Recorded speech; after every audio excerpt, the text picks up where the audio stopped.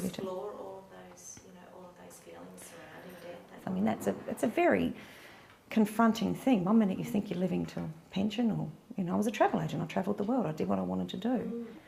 The choice was mine, and again, it comes back to choices. And I made the choice to have the transplant when I did. How has life been for you following transplant, and how was that transplant experience initially? I won't lie, it's not great.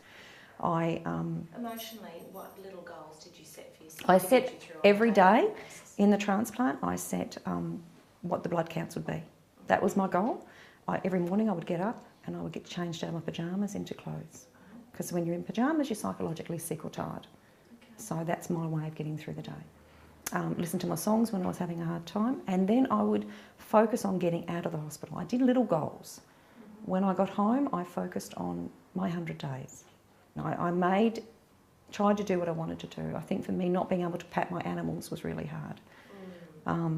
But I just focused on little things, little goals. Then I focused on the 100 days, I focused on getting back to work. Getting back to work, I focused during the morning of the day, I focused getting to the end of the day. Just little goals, and then congratulated myself when I did it.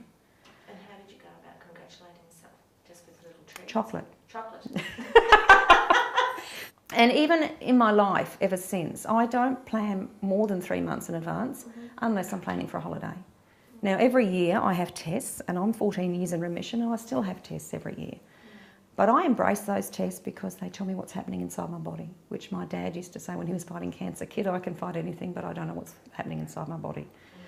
And I used to book a holiday, either just before my test times or after my test times, because I wanted to not focus on my tests or any bad news. The further I thought I would be back to normal. You don't go back to normal, you need to adapt.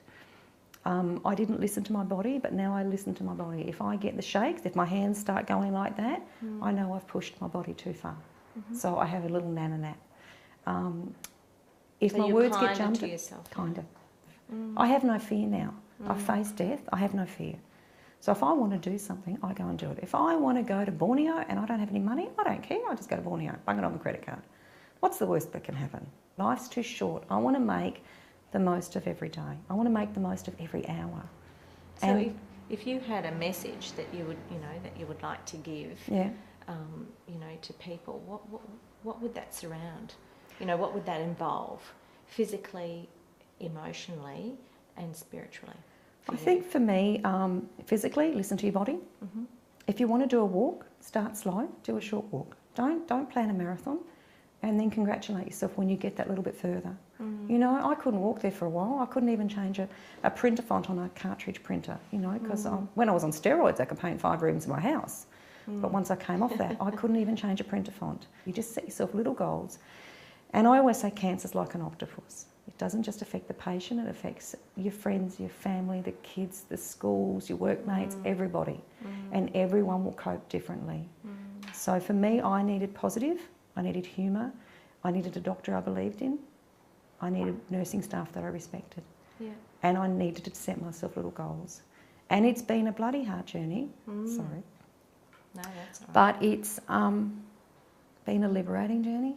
And look, I'm living my dream now. I've got a little second-hand bookstore and I just love my life. I'm as poor as a church mouse, but you can't buy my quality of life, and I'm happy.